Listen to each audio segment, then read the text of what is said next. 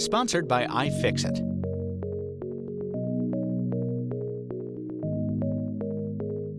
Motorola says it didn't set out to recreate a legend when it started designing this phone 4 years ago.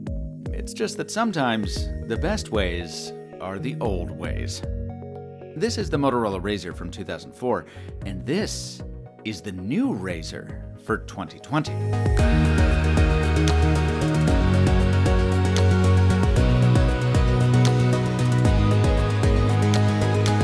Now, Samsung's Galaxy Fold might have been the first with a flexible display in the US, but there's more than one way to fold a phone.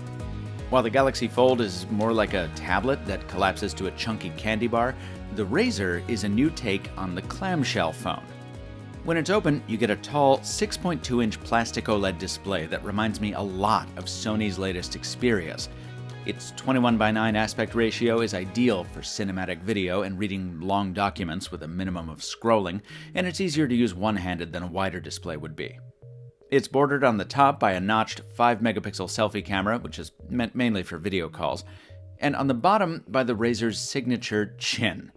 The chin is also functional. It's where you'll find the speedy fingerprint sensor, as well as the 4G LTE antennas, no 5G this time around. Also in the chin, a big resonator for the new speakerphone. Motorola is known for great audio quality, but the hands-on venue was pretty noisy, and it couldn't quite overcome it.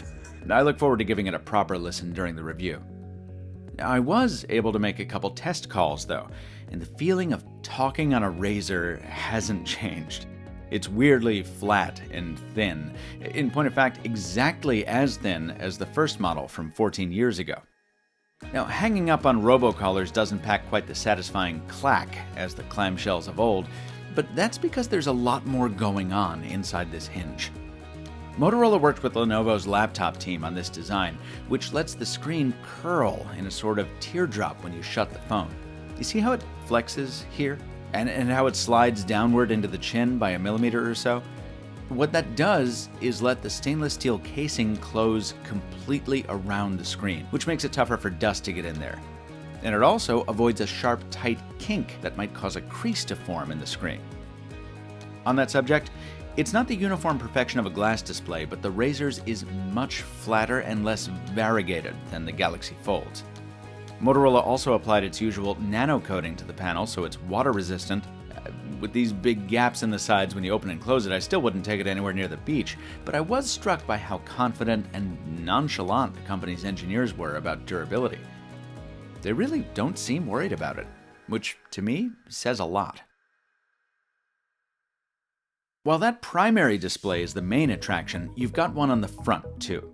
And Motorola calls this 2.7-inch OLED touchscreen a quick view display because it's here just for the basics. It's kind of like a smartwatch. You can preview notifications, make and take calls, use Google Pay and Assistant, or control your music, all using the same Moto display actions that I've been praising for years. And yes, the useful and addictive Motorola gesture shortcuts are here too. Chop it to turn on the flashlight, twist it to launch the camera. So far, no bop it, but we'll see how it goes. And that camera is where you start to see that Motorola locked in the Razr's components a long time ago. You have to make do with a single shooter, no ultra-wide or telephoto, and the sensor is the same one found in the OnePlus 6, which was fine, but certainly nothing special, even for the spring of 2018. And the spec sheet is full of similar compromises. The processor will be almost 2 years old when this phone launches, and while 128 gigs of storage is a fair amount of space, there's no microSD expansion, nor is there a SIM slot. If you want to use this on any carrier other than the exclusive launch partner, Verizon, you'll need to take it to a competitor with the compatible eSIM format. The volume and power keys on the unit I tried didn't feel great, almost no travel or feedback.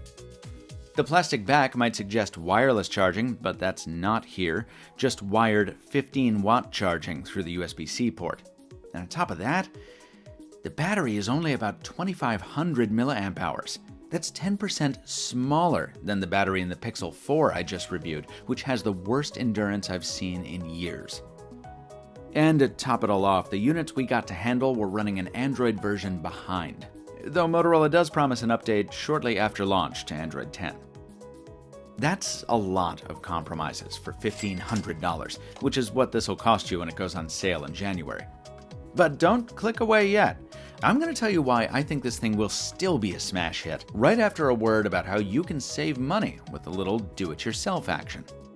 Fun fact about me, back when I sold cell phones at retail, I used to take apart broken phones that got returned just to see if I could fix them. And boy, do I wish today's sponsor had been around back then. iFixit gives you the power to repair your busted tech yourself with packages like this all-in-one fix kit. This packs enough tools to get you inside your broken phone, and iFixit also has parts and step-by-step instructions with photos and videos, so that when you do get inside, you've got the materials you need and you know what you're doing. Look, we've all known the pain of a broken phone, so if you'd rather fix what you've got than buy something else, visit ifixit.com/MrMobile today, and you'll get $10 off your next $50 fix. Thanks to iFixit for sponsoring this video. So what we have in the Razr is part flashy technological feat, part practical portability perk, sold at a premium price despite some forgettable specs. If you're thinking it's not worth it, I'm not going to say you're wrong, but consider this.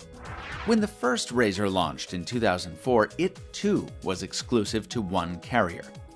It had a small battery, a dim display, a mushy keypad, bad software, and for all that, you had to shell out $600, as much as many smartphones cost back then.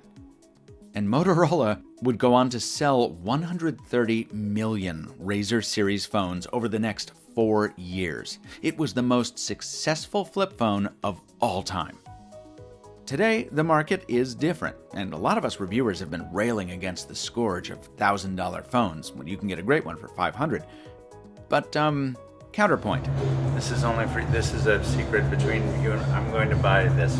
I'm buying this already. Doesn't matter what it does. I love it. So. Yeah, at the end of the day, this phone is a very intentional fusion of nostalgia and bleeding-edge technology. It was built, at least in part, to entice, to catapult a stagnant, if profitable, Motorola back to relevancy at the high end. And while I'll wait for the full review to decide if it's worth it or not, I can say with some confidence that droves of folks won't wait for people like me to give them the go-ahead. This is one of those things that if you're a certain kind of person, you've just gotta have.